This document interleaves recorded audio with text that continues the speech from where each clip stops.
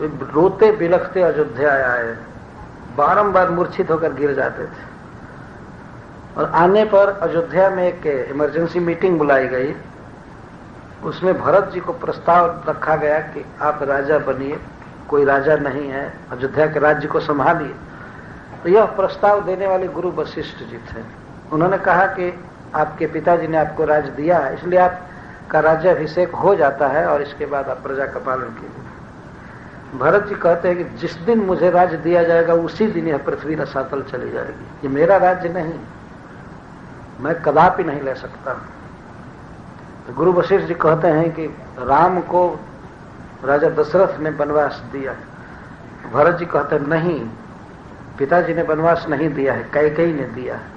वो मां नहीं कहे, अब उसी समय से मां कहना छोड़ दिया। जीवन भर कैकेयी को मां नहीं कहे, कैकेयी ने उनको वनवास दिया है। कैकेयी का क्या अधिकार है राज्य पर? मैं कभी राज्य नहीं ले सकता हूं, मेरा तो हृदय जल रहा है और बिना रघुनाथ के चरण कमल का दर्शन किए मुझे संतोष नहीं हो सकता। मैं जाऊंगा चित्रकूट और उनको मना करके लाऊंगा, उनको राज्य आसन पर बैठा करके, तब मेरे हृदय की जलन निकलेगी। मैं नहीं राजा बन सकता।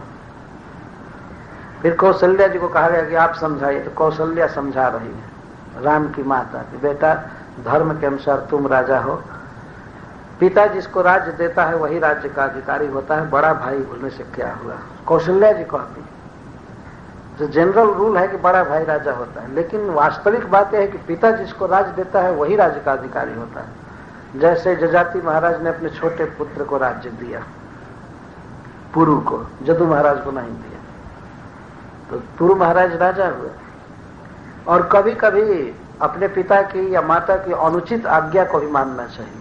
कौशल्या जी कहती है अनुचित उचित विचार तजी जे पालहि पितुबैन ते भाजन सुख सुजस के बसहि अमर पतियान। अपने माता पिता के आज्ञा को यह उचित है अनुचित है इसका विचार न करके फिर कोई पालन करता है तो अमर पति देवराज इंद्र के भवन में वास पाता है, मतलब उसे स्वर्ग मिलता है। कभी कभी अनुचित आज्ञा का भी पालन किया जाता है। तो माता कौशल्या और गुरु वशिष्ठ जी तर्क देते हैं भरत जी को, कहते हैं देखो, परशुराम पितु आज्ञा राखी मारे मातु वेद सब साखी। परशुराम जी अपने पिता की आज्ञा मानकर अपने मां का वध कर दिए। सारा लोक जानता है, वेद में यह बात है। लेकिन क्या परशुराम पर कोई दोष हुआ? नहीं हुआ। क्या यह आज्ञा मानने लायक थी? जब पहले किसी को समझाया जाता था तो पूर्व के इतिहास द्वारा समझाया जाता था, ऐसा पूर्व में हो चुका है, ऐसा हो चुका। और क्या गलती थी रेणुका की, परशुराम जी के माता की? पानी भरने गई थी नदी में और देवलोक से आए हुए चित्ररथ को देख रही थी, रथ को देख रही थी, उसी में बेचारी को देर हो गई। और इधर हवन की बेला थी, इसको अपने पति के लिए जमदग्नि जी के लिए घी देना था, लकड़ी देना था, पानी देना था। तो देखने लगी, स्वर्ग से आए हुए देवता थे बेचारी, देखने लगी आश्चर्य में। और कुछ देर के बाद उसे स्मरण आया कि अरे पति के हवन का समय हुआ है, मुझे पानी देना चाहिए, आसन देना चाहिए। तो आई पानी भर कर, डरी हुई थी, सहमी थी बेचारी, सेवा कर रही थी अपने पति की, पतिव्रता स्त्री थी। सुखदेव गोस्वामी कहते हैं सती, आप भागवत पढ़ेंगे ध्यान से तो कहते हैं सती स्त्री थी, पतिव्रता थी। थोड़ी सी देर हो गई आने में, तब अपने जोग बल से ध्यान में देखे कि ये रथ देखने में लगी हुई थी, एयरप्लेन देख रही थी स्वर्ग का, और देवताओं को देख रही थी। इतने पर उन्हें क्रोध आ गया। तो क्रोध आया तो जमदग्नि जी कहते हैं अपने पुत्रों से, इस पापनी का मस्तक काटो अभी। वाह रे हस्बैंड जी, ऐसे ऐसे लोग हो जाएंगे। पहले बेचारी ने कितनी सेवा किया है इसका कोई ध्यान नहीं रहा। लेकिन थे बहुत तेजस्वी पति, साधारण नहीं थे। और बच्चों ने साफ कह दिया, सयाने हो गए थे बड़े बड़े पुत्र, बस परशुराम जी सबसे छोटा बेटा था। तो भी कैसे अपने माँ का वध कर दो बताइए। जिस माँ ने जन्म दिया, छाती का दूध पिलाया, पाल पोस कर बड़ा किया, उसको कोई कहे मारने के लिए, भले ही बाप हो, तो इससे क्या, माँ को मार देंगे। उन लोगों ने साफ कह दिया हम ऐसा नहीं करेंगे। तब छोटे पुत्र को जमदग्नि जी ने कहा परशुराम जी को, बेटा इस पापनी को भी मारो और मेरी आज्ञा का पालन नहीं करने वाले अपने भाइयों को भी मारो, इन दुष्टों को भी मारो। अद्भुत अद्भुत आज्ञा हुई। और परशुराम जी आज्ञा पालक पुत्र रथ में, वे उठाए कुल्हाड़ी, मां का वध कर दिया और भाइयों का भी वध कर दिया। उसे एक एक बार तो मारना था, उनका मस्तक कट कट करके दिया। वहां सुखदेव गोस्वामी की कथा सुनकर महाराज परीक्षित चकित हो गए, अरे ये क्या हो रहा है, ऐसा कैसे हुआ। तो सुखदेव गोस्वामी कहते हैं, सांत्वना देते हुए, अपने पिता के तप का प्रभाव जान करके ही भगवान परशुराम मारे अपने मां को। तप का प्रभाव मतलब जानते थे भगवान परशुराम जी के पिताजी प्रसन्न होंगे हमारी आज्ञा पालन से और कहेंगे वर मांगो, तो मैं वर मांगूंगा कि मेरी मां जी जाए, मेरे भाई जी जाए। यह जान करके ही उन्होंने वध किया। तो वध कर दिया। इसके बाद जमदग्नि जी बहुत प्रसन्न हुए, कहे बेटा तुम नहीं पालन करने योग्य आज्ञा का पालन किया है, इसलिए मैं तुम पर बहुत प्रसन्न हूं, तुम वर मांगो। परशुराम जी ने वर मांगा कि पिताजी मैं यही वर मांगता हूं कि मेरी मां और मेरे भाई जीवित हो जाएं और उनके गर्दन कटने का कोई निशान नहीं रहना चाहिए और कभी भी जीवन में उनको याद न आवे कि मैं इनको मारा था। बधे च अस्मृति, ऐसा भागवत में लिखा गया है। नहीं तो कभी भी आगे चल करके याद आएगा तो भाई सोचेगा है परशुरामा ये हमको मारा था, ऐसे सोचेंगे, बहुत भेद पड़ेगा। तो पिताजी से उन्होंने ये वर मांगा। एक बार तो बच्चों को याद था, चाहे माँ को याद था न कि वो कह रहे थे मारने के लिए पति, तो बच्चे नहीं मारे। तो परशुराम जब मारे होंगे वो कुल्हाड़ी लेकर के, तो गर्दन के पास आया होगा, इसको तो देखते ही होंगे। लेकिन ये सब मारने मरने की आज्ञा और दृश्य सब विस्मृत हो गया ऋषि के वरदान से। उनको कभी याद नहीं आया कि हमको मारा गया था।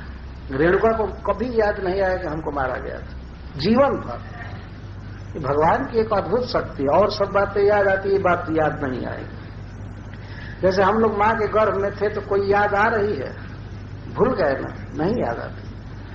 तो भगवान की व्यवस्था से यदि एक दृश्य को भूल जाए तो कौन बड़ा आश्चर्य। जो कुछ भी हो वो जी गए ठीक है, लेकिन क्या ये आज्ञा पालन करने योग्य थे? और इसीलिए सब लोग जमदग्नि नहीं है, अतः ऐसी आज्ञा कभी नहीं देनी चाहिए। वो तो जमदग्नि थे, तो दिला दी अपनी पत्नी को, अपने पुत्रों को। तो दूसरा व्यक्ति क्या करेगा? मार सकता है, जिला नहीं सकता। तो गुरु वशिष्ठ जी और कौशल्या जी भरत जी को कह रहे हैं, देखो मां तक का वध कर दिया परशुराम जी ने, लेकिन उन पर कोई लांछन नहीं लगा। और तनय जजाति ही जौवन दयो पितु आज्ञा अजस न भयो। पुरु महाराज अपने पिता को अपनी जवानी दे दिए और उसी जवानी से, उसी सुंदर शरीर से उनके पिताजी उनके मां के साथ रहते थे। लेकिन क्या कभी भी कोई व्यक्ति कहता है कि पुरु ने गलती किया? नहीं, प्रशंसा होती। पितु आज्ञा अघ अजस न भयो, न तो पाप लगा पुरु पर और न तो अपजस हुआ, अपकीर्ति हुई, बल्कि प्रशंसा हुई। और बाद में इन्हें अखंड भूमंडल का राज्य भी मिला।